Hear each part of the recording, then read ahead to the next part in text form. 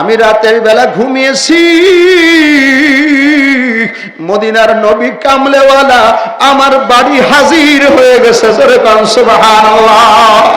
রাহমাতুল লিল আলামিন নবী আমার বাড়ি হাজির হয়ে বলে, ধনী রে,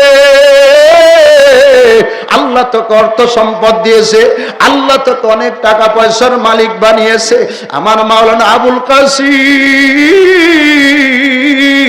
দেওবন্দ মাদ্রাসায় ছাত্রদের কোনো খাবার খাদ্যের ব্যবস্থা নাই, ছাত্র ছাত্রী বড় কষ্ট করে, যাও তাদের খেদমতে টাকা পয়সা নিয়ে যাও।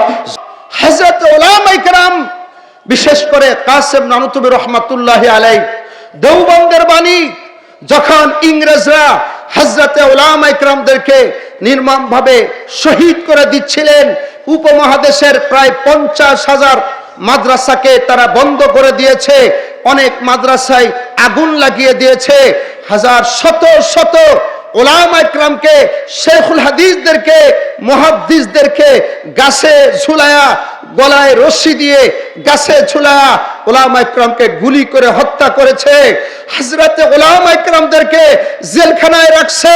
আশেপাশে কোন জায়গায় বড় মহিষ জব হলে, বড় বড় গরু জবে হলে এই গরুর চামড়াগুলো ছিঁড়ে নিয়ে উলামায়ে কেরামদেরকে জেলখানা থেকে বের করে এই চামড়ার ভেতরে উলামায়ে কেরামকে ঢুকায়া চামড়া সেলাই করে বড় আগুনের কুণ্ডুলি জ্বালায়া উলামায়ে কেরামদেরকে সে আগুনের ভিতর নিক্ষেপ করত। উলামায়ে কেরাম নির্মমভাবে শহীদ হয়েছে। যখন হযরত কাসেম নানুতুবি রহমাতুল্লাহ দেখলেন যে পৃথিবী থেকে উলামায়ে কেরাম বিদায় নিতেছে, দিন মিটে যাবে, ইসলাম মিটে যাবে, পৃথিবীতে আল্লাহ আল্লাহ বলার মতো লোক থাকবে না, তখন কাসেম নানুতুবি রহমাতুল্লাহ আলাইহি হাজী আবেদ আলী সাহেব সহ আরো 6-7 মিলে পরামর্শ করলেন মাদ্রাসা করতে হবে। পরামর্শ করে সিদ্ধান্ত নিলেন মাদ্রাসার নাম দারুল উলুম দেওবন্দ হবে। জোরে কোন সুবহানাল্লাহ। কোথায় হবে? এখানেই হবে, কিন্তু জায়গা নির্ধারণ হলো না। ঘুমিয়ে আছে, স্বপ্নের ভিতরে দেখে রাহমাতুল লিল আলামিন নবী হাজির হয়ে গেছে। জোরে কোন সুবহানাল্লাহ। ঘুমের ঘরে আল্লাহ নবী কাসেম নানুতুবির হাত ধরে বললেন, এদিকে আসো। ঘুমের ঘরে আল্লাহ নবী একটা লাঠি নিয়ে ডাক দিয়ে দেখায় দিলেন, এখান থেকেই দেওবন্দ মাদ্রাসার ভিত্তি প্রস্তর শুরু হবে। জোরে কোন সুবহানাল্লাহ। উনার ঘুম ভেঙে গেছে। ঘুম ভেঙে উনি লাইট নিয়ে তাড়াতাড়ি সেখানে আসছে। কি দেখলাম, কি দেখলাম? দেখে আল্লাহর নবীর দেওয়া দাগ স্পষ্ট দেখা যাইতেছে। জোরে কোন সুবহানাল্লাহ। বলেন তো, বাহ্যিকভাবে দেওবন্দ মাদ্রাসা কাসেম নানুতুবি প্রতিষ্ঠাতা হলেও পরোক্ষভাবে এই দেওবন্দ মাদ্রাসা, এই কওমি মাদ্রাসার প্রতিষ্ঠাতা হলো বিশ্বনবী মুহাম্মদুর রাসূলুল্লাহ। কি বলেন, ঠিক ঠিক না? মাদ্রাসা প্রতিষ্ঠিত হয়ে গেল, মাদ্রাসা চলতেছে, উলামায়ে কেরাম তালবে ইলম মাদ্রাসা এরকম ভাবে লেখাপড়া করছে। হঠাৎ করে মাদ্রাসার বডি খাবার দাবার সংকট হয়ে গেছে। কাসেম নানুতুবি ডাকতে বললেন, বাবারা মাদ্রাসায় তো এখন অভাব, ছুটি দিয়ে দিই, আবার যখন আল্লাহ পাক অর্থ সম্পদের ব্যবস্থা করে দিবেন আবার তোমাদেরকে ডাকা হবে। আল্লাহু আকবার। কাসেম নানুতুবি রহমাতুল্লাহ আলাইহি এই কথা শুনে ছাত্ররা বলে, হুজুর জীবন চলে যেতে পারে, তারপর আমরা দেওবন্দ মাদ্রাসা থেকে যাব না। কাসেম নানুতুবি একদিন গেল, 2 দিন গেল, 3 দিন গেল, ছাত্রদের খাবার নাই। অনেক ছাত্র না খেয়ে ক্ষুধার যন্ত্রণায় ছটফট করে বিছানায় বিছানায় শুয়ে পড়েছে। কাসেম নানুতুবি রহমাতুল্লাহ আলাইহি 3 দিন পরে উনি মুখের ভিতর রুমাল পেঁচায়া উনি কুলিগিরি করার জন্য এক জায়গা চলে গেলেন। অনেক মাল সামান আসছে, চিন্তা করছে সারাদিন কুলিগিরি করে যা কিছু মাল সামানা হবে এগুলো আমি টেনে কিছু টাকার ব্যবস্থা হবে, তালবে ইলমের কিছু খাবার খাদ্যের ব্যবস্থা হবে। উনি যে গিয়েছেন, যে বলে, ও ব্যবসায়ী ভাই, আমাকে কিছু মাল সামানা নেওয়ার জন্য দেন, সারা রাত আমি কুলিগিরি করব। অন্য কুলিরা বলে, এ কুলি তোমার আমরা চিনি না, আমরা এখানের পুরাতন কুলি, আমরাই মাল টানবো। ব্যবসায়ীরা বলল, না তোমাকে চিনি না, জানি না, তোমার কাছে মাল দেওয়া যাবে না, তুমি মাল সম্পদ চুরি করতে পারো। জোরে কোন নাউজুবিল্লাহ। হযরত কাসেম নানুতুবি এবার চোরের কথা শুনে কাঁদতে কাঁদতে জমিনের ভিতরে সাজদায় পড়ে গেলেন। আল্লাহকে ডেকে ডেকে বলল, আমার ছাত্রদের 3 দিন ধরে কোনো খাবার নাই, আজকে যদি একটা ছাত্র না খেয়ে ময়দানে মারা যায়, শুধু দেওবন্দ মাদ্রাসার কূপের পানি পান করে কয়দিন থাকা যায়? আয় আল্লাহ, একটা ছাত্র যদি মারা যায় না খেয়ে, কিয়ামতের ময়দানে আমি কাসেম নানুতুবি আল্লাহর কাছে কিভাবে জবাব দিব? উনি কাঁদতেছে, হঠাৎ করে পিছন থেকে একজন ডাক দে বলে, কেউ কুলি আসেননি? কাসেম নানুতুবি চোখের পানি মুছতে মুছতে বলে, ভাই আপনার কি নিতে হবে? আমি এখানের কুলে। বলে, বের ভারী ট্রাং নিতে হবে, পারবো নাকি? বলে, পারবো। এবার ট্রাংটা বিসমিল্লাহ বলে মাথায় নিয়েছে। ট্রাং মাথায় নিয়ে কাসেম নানুতুবি রহমাতুল্লাহ আলাইহি সামনাসামনি যায়, ওই লোকটা পিছনে পিছনে যায়। এরে ভাই, ওই মুসাফির চিন্তা করে, এই লোকটা এত বড় জীর্ণ শীর্ণ, শরীরের ভিতরে কোনো গোশত নাই, চলাফেরার শক্তি নাই, এত ভারী ট্রাক কিভাবে বহন করে?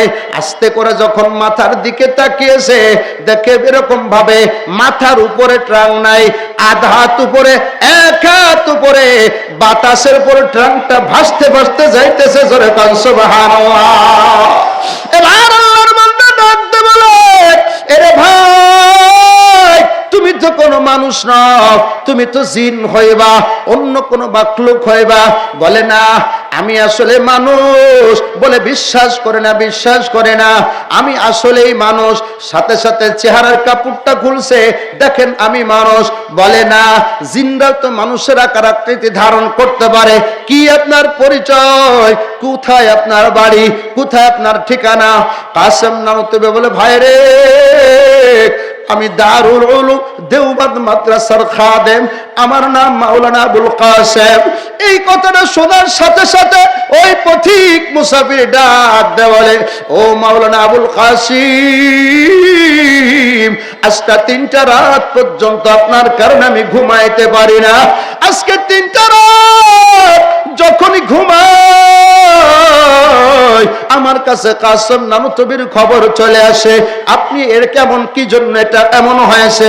কাসেম নানুতুবি বলে, ভাই রে, আপনার কি এমন ক্ষতি করেছে আপনি ঘুমাইতে পারেন না? আল্লাহু আকবার বলে, ভাই রে, আজ থেকে 3 দিন আগে আমি রাতের বেলা ঘুমিয়েছি, মদিনার নবী কামলেওয়ালা আমার বাড়ি হাজির হয়ে গেছে। জোরে কান সুবহানাল্লাহ। রাহমাতুল লিল আলামিন নবী আমার বাড়ি হাজির হয়ে বলে, ধনী রে, আল্লাহ তোকে অর্থ সম্পদ দিয়েছে, আল্লাহ তোকে অনেক টাকা পয়সার মালিক বানিয়েছে। আমার মাওলানা আবুল কাসিম, দেওবন্দ মাদ্রাসায় ছাত্রদের কোনো খাবার খাদ্যের ব্যবস্থা নাই, ছাত্র ছাত্রী বড় কষ্ট করে, যাও তাদের খেদমতে টাকা পয়সা নিয়ে যাও। যখনই ঘুমায় দেওবন্দ মাদ্রাসার কথা মনে পড়ে। দেওবন্দ মাদ্রাসা চিনি না, কাসেম নানুতুবি চিনি না, এই ট্যাঙ্ক ভর্তি টাকা আরো যত টাকা লাগে আমি দিয়ে দিব। জোরে কান সুবহানাল্লাহ। ভাইরা আমার, শুধু তাই নয়, হযরত কাসেম নানুতুবি রহমাতুল্লাহ আলাইহি ভর্তির সময় যখন হতো, রেল স্টেশনে গিয়ে দাঁড়ায় থাকতো। রাতের বেলা রেল যখন স্টেশনে থামতো, ছাত্রগুলো দেওবন্দ মাদ্রাসায় ইলমে দ্বীন শিক্ষা করার জন্য দূর দূরান্ত থেকে আসতেন। উনি সাধারণ বেশে দাঁড়ায় থাকতেন। ছাত্র নামার পরে কুলি তালাশ করত। তখন তো ভ্যান রিক্সা ছিল না, তখন তো গাড়িগুলো ছিল না, অন্য লোকজন গভীর রাতে থাকতো না। উনি দাঁড়িয়ে আছে, ছাত্র বড় বড় ট্রাঙ্ক বেডিং নিয়ে আসছে। ডাক দে বলে, এখানে কি কোনো কুলি আছে? কাসেম নানুতুবি রহমাতুল্লাহ আলাইহি সাহেব বলতেন, ও বাবা, তোমরা কোথায় যাইবা? দারুল উলুম দেওবন্দ মাদ্রাসায় যাব, এখানে কোন কুলি আছেন? কাসেম নানুতুবি বলতেন, বাবা আমিও তো খুলি, আমার মাথায় তোমাদের ট্রাং ব্যাটিং দেয়া দাও। ছাত্র ট্রাং ব্যাটিং যখন কাসেম নানুতুবি রহমাতুল্লাহ আলাইহির মাথায় দিতেন, কাসেম নানুতুবি রহমাতুল্লাহ আলাইহি দেওবন্দের গেটে নামায়া চলে আসতেন, টাকা নিবেন না খুলি? না, আমি টাকা নিব না, অন্যদেরকে একটু টানতে হবে। ছাত্ররা যখন চিনে ফেলেছে, হুজুরের কাছে মাপ চায়, ও হুজুর আপনি আমাদেরকে মাফ করা যায়। কাসেম নানুতুবি ডাকতে বলে, বাবা আমি কাসিম, কিয়ামতের ময়দানে আল্লাহ রাব্বুল আলামিন যদি আমাকে ডাক দেয়, ও কাসিম তুমি আমার কাছে কি নিয়ে হাজির হয়েছো? আমি আল্লাহর কাছে কিচ্ছু পেশ করতে পারবো না। আল্লাহকে বলবো, আল্লাহ আমি এই ছাত্রদের টিরান টেনেছিলাম, ছাত্রদের ব্যাটিং টেনেছিলাম, ছাত্রদের একটু খেদমত করেছিলাম, আল্লাহ ওসিলা করে আপনি আমাদেরকে মাফ করে দেন।